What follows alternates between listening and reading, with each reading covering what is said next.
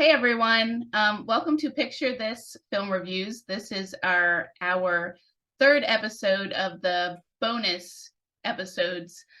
So this week we are going to lead with our favorite superheroes that we've either seen in films, iterations of them, our favorite adaptations, and we're just doing that to really close up our superhero category. I think it's a good way to kind of get it there.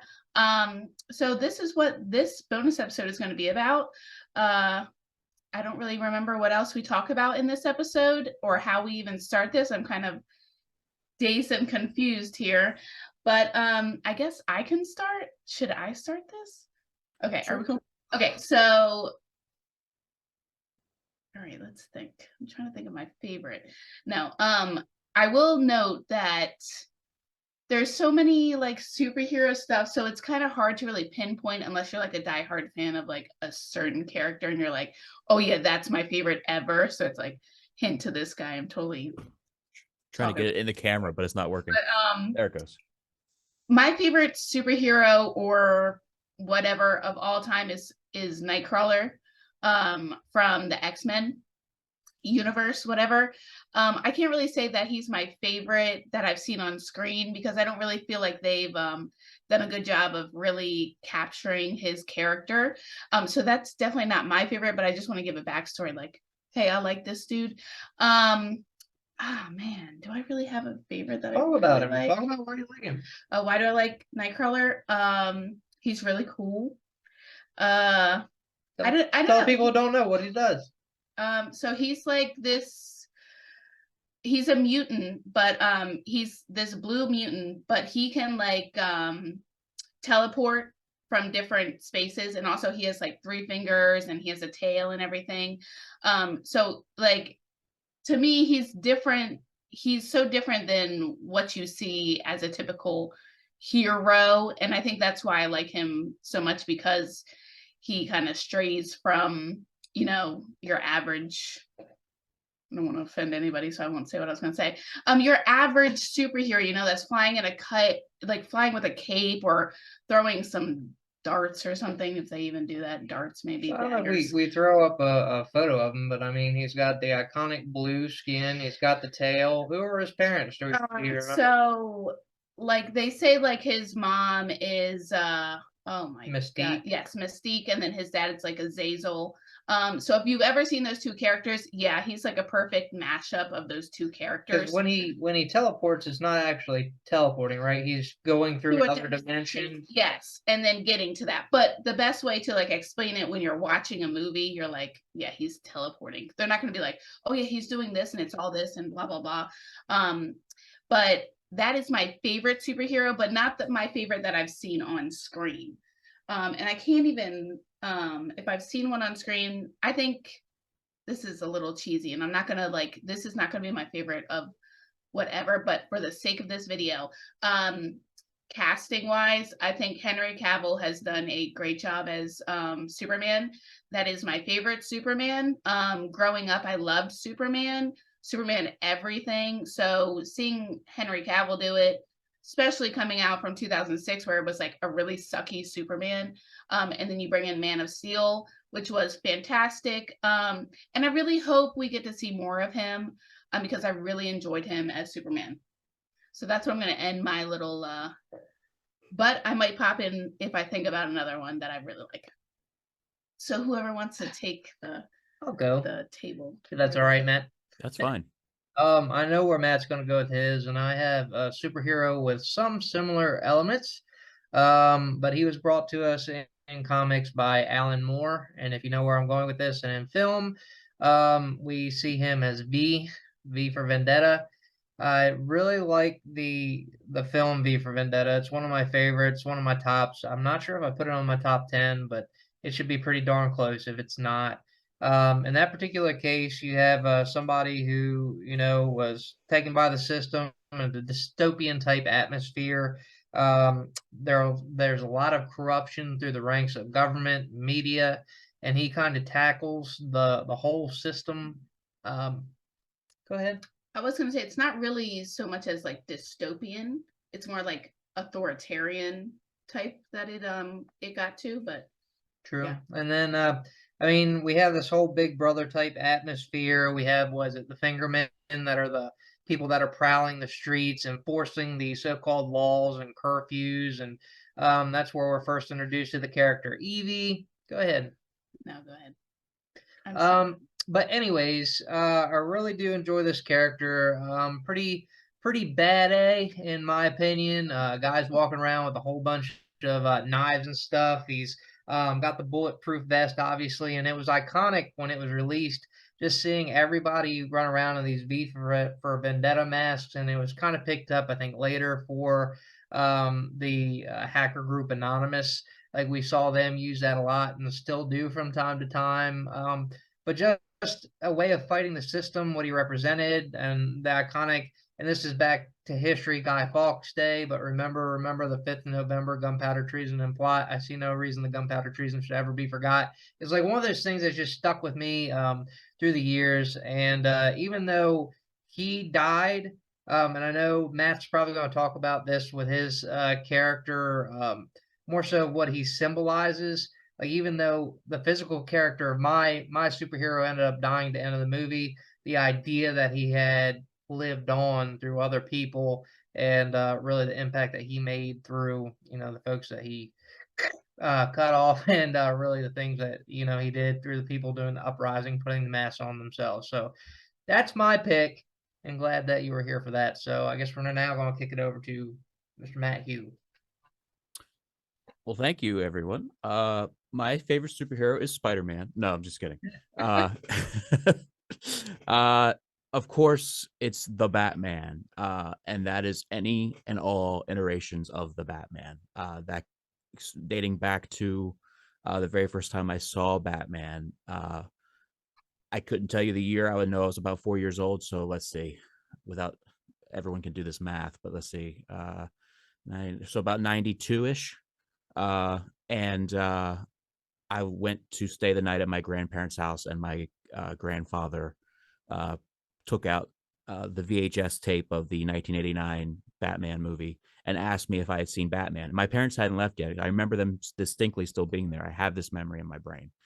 And I said, "What's Batman?" And he said, "You don't know what Batman is?"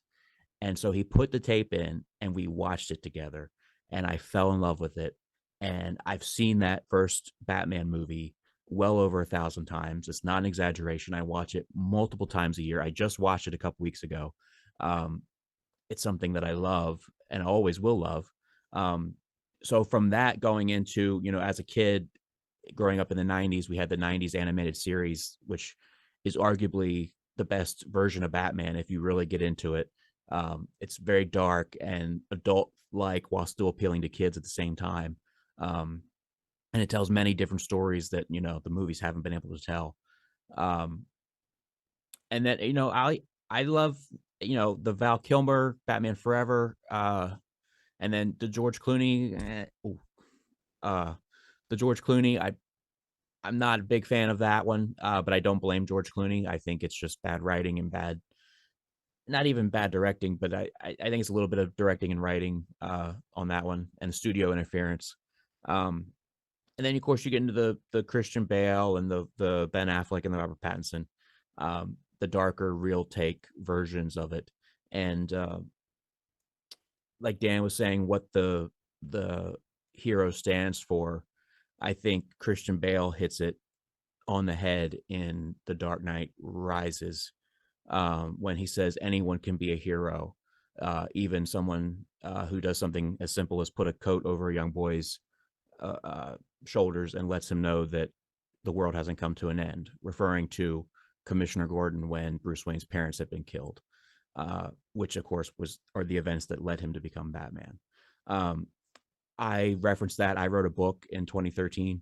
I referenced that in comparison to my grandfather, that anyone could be a hero, even a grandfather who shows his young grandson a Batman movie. So it's just always been a huge part of my life. It always will be. As far as collecting, I used to have all the action figures, anything Batman that would come out, I'd have the Bat Caves, the Bat Cars. It's just always been a part of my life. I wear Batman proudly on my shirt. I get some looks every now and then, mainly from family members. Like, you're wearing Batman and you're 30 something years old. Yes.